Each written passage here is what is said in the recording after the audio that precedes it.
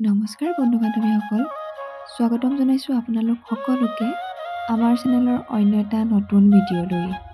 আশা কৰিছোঁ সকলো ভালেই আছে।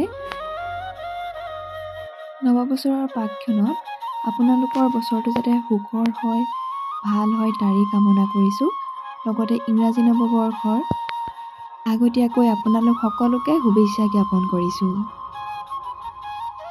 বন্ধু-বান্ধৱীসকল, নতুন বছৰৰ পাকক্ষণত অসমৰ সংগীত জগতৰ কণ্ঠশিল্পী কৃষ্ণমণি চুতীয়াই দিলে এক ভাল খবৰ।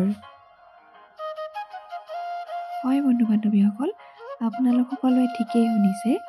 অসমীয়া সংগীত জগতৰ জনপ্ৰিয় কণ্ঠশিল্পী কৃষ্ণমণি চুতীয়াই দিছে এক ভাল খবৰ।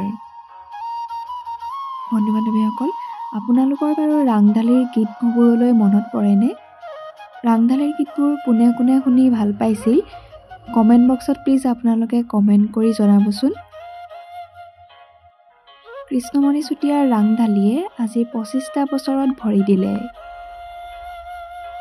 ২৫ বছৰীয়া ৰাংঢালীৰ লগত সংগতি ৰাখি কণ্ঠশিল্পী কৃষ্ণমণি চুতীয়াই দৰ্শক আৰু অসমৰ জনতাৰ বাবে আগবঢ়াই দিলে ৰাংঢালীৰ এটি নতুন গীত বৰ্ণালী গগৈ।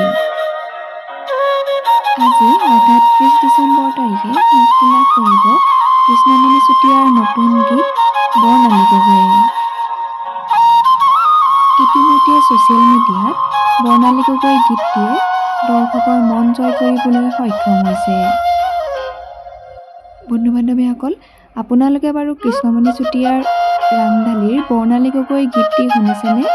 যিসকলে শুনিছে তেওঁলোকে প্লিজ কমেণ্ট কৰি জনাবচোন কেনে পাইছে।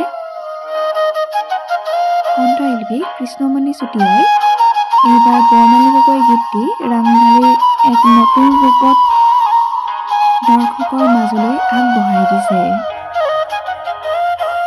২৫ বছৰীয়া ৰাংঢালীক লৈ সংগীত জগতৰ ৰিদীপ ৰংকিত, ৰমেন দানৱ, মৌচুম গগৈকে আদি কৰি কণ্ঠশিল্পী নীল আকাশেও কৃষ্ণমণি চুতীয়ালৈ আগবঢ়াইছে অলেখ শুভকামনা।